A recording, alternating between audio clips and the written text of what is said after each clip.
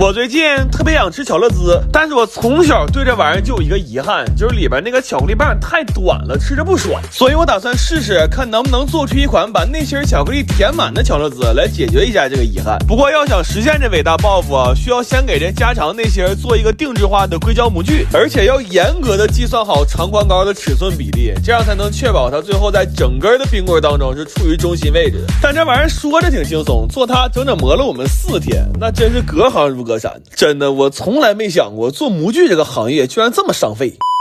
做好了这个碟，就可以逐层开始做冰淇淋了。最里边这个脆球，我刚开始想用爆米花机崩点高粱米，但是米花放在巧克力里实在是太抢味了，就特别像脆香米，而且火候也不太好掌握。有一代着急开盖，给我哥皮鞋都烫漏了，所以这个做法直接让我给搬了。后来我发现麦丽素的做法也很适合做这个脆球，但是麻烦的是巧乐兹里的球又小又多，而且没什么批量生产的办法。也就是说，这1000根冰棍里要用到的所有小球都需要我们这样一个一个点出来，然后放到烤箱里烤才行。我们从下午点到中午，一共点了4万多个豆。这流水线干的特别像给趣多多点巧克力豆，就是后来机械到哪怕现在让我们去趣多多工厂，那都可以跨过11期直接上岗。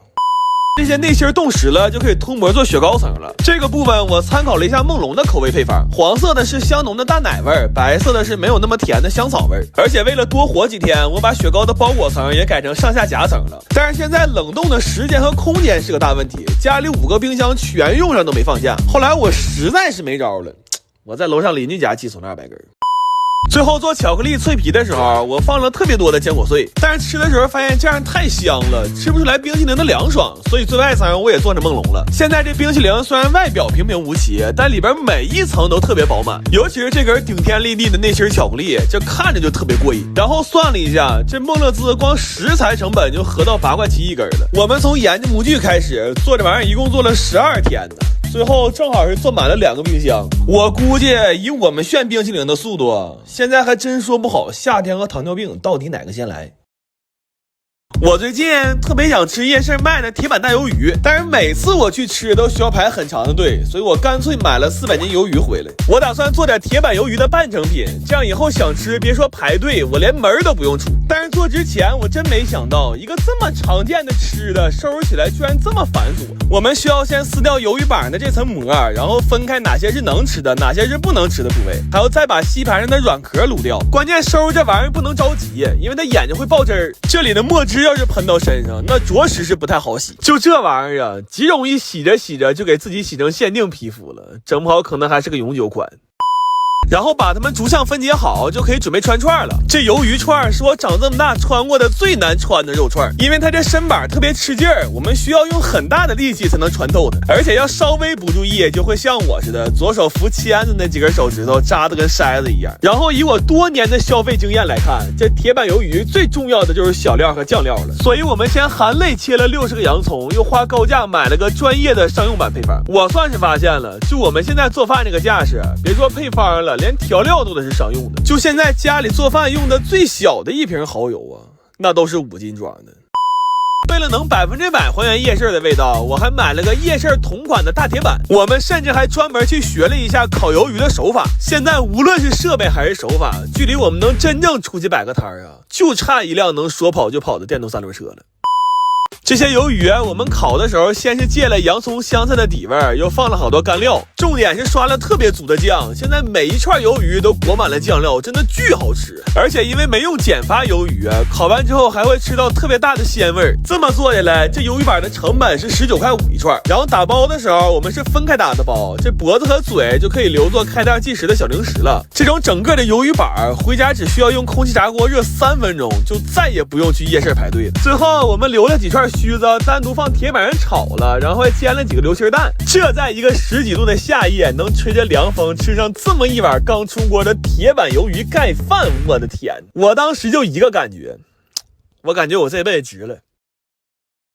我最近特别馋那种可以冷吃的红油千层肚，但是外面卖的据说好多都是拿科技泡发的，吃着也不太放心，所以我去买了400斤刚从屠宰场拿出来的鲜毛肚。我寻看看这玩意儿在家能不能做。不过有些事儿真是不干不知道，我从来没想过收拾毛肚居然是一个这么麻烦的过程。首先也是最致命的，就是这个爹的味儿实在是太鲜亮了。尽管我们做了很多的防护措施，但这爹一拿出来我们就破防了。而且要命的是近距离接触时间太长，吸入的答辩分子过多，就直到第2天晚上我出去买饭的时候，我感觉我跟人说话嘴里还往外飘着答辩味呢，我真是服了我。然后我本来以为给这些爹洗完了就没事了，结果后面的活更麻烦，因为现在我们只是物理上把爹洗没了，但要想让这肚完全没有异味，还得起码再洗10几遍。而且因为处理的不及时，好多黑毛肚都开始掉毛了，我们还需要把这些掉毛的黑毛肚都搓成白毛肚，然后还得摘肥油、刮底板的皴，再把它们都切成细丝儿。如果这时候肚还有异味，那需要再煮个花椒水给它们泡一下。主要最要命的是现在天热怕坏，我们干了40多个小时，基本没怎么合眼，这强度太致死了。真的就这么折腾完之后，肚洗的干不干净已经不重要了，人没那就算是烧了高翔了。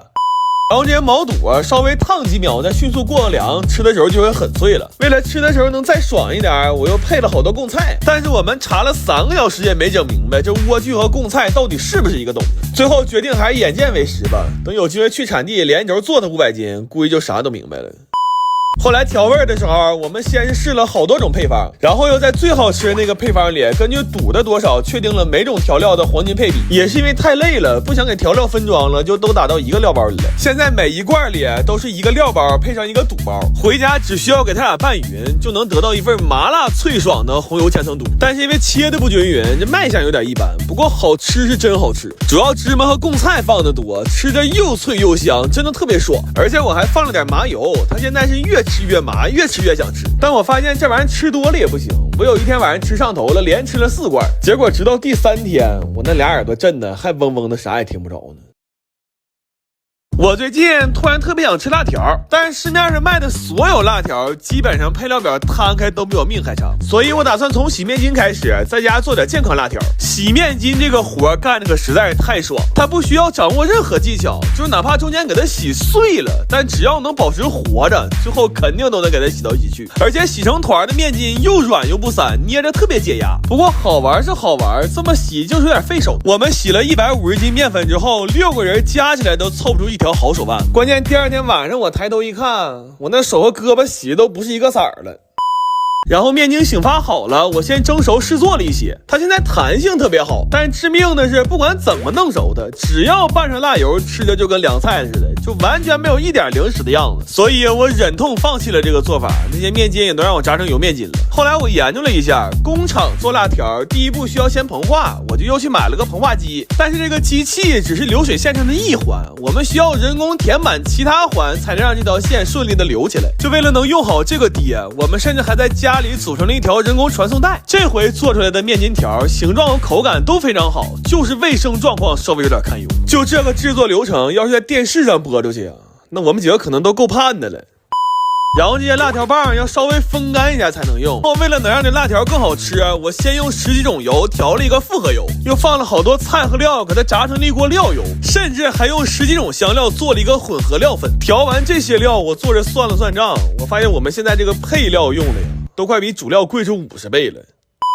最后要把辣条棒和辣油充分搅拌一下，为了吃的时候能再香一点，拌的时候我又放了好多芝麻和炸干的辣椒丝儿。这辣条现在油和料都巨多，吃一口油汪汪的，真的特别爽，而且还特别有嚼劲儿，真的是越嚼越香。后来我把那些油面筋也都给拌了，这东西因为油炸过，然后本身又特别吸汁儿，它现在绝对是自制辣条里的隐藏款。这回一共做了2个味的，一半麻辣，一半甜辣。这玩意儿看电视的时候来2包，给嘴唇辣的直木，然后再来上一根我们之前自己做的梦乐滋。要是肠胃好的话，这真的是个特别好吃的吃法，但要是肠胃一般的话，那就只能在半夜的时候静待花开了。